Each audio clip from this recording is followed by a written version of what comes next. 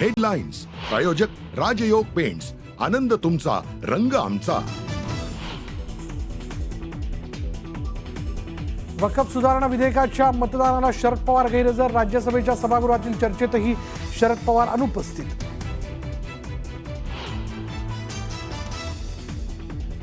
अमित शहांना हिंदू पाकिस्तान बनवायचं आहे, संजय राऊतांचं विधान, तर आम्हाला पाकिस्तानला हिंदू राष्ट्र बनवायचं लक्षात ठेवा, नितेश राणेंचा एक्स पोस्ट करत हल्लाबोल।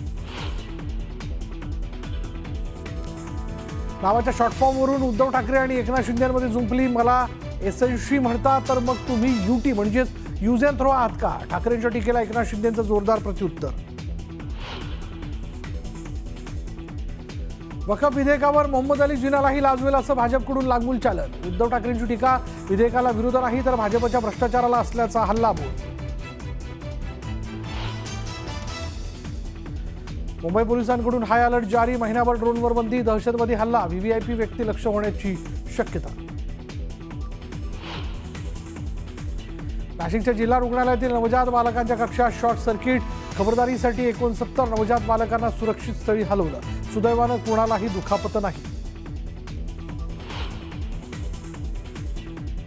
पैशांअभावी पुण्यातील नामांकित रुग्णालयानं उपचार न केल्यानं महिलेचा मृत्यू झाल्याचा आरोप, जुळ्या बाळांना जन्म दिल्यानंतर आमदाराच्या पीएच्या पत्नीचा मृत्यू।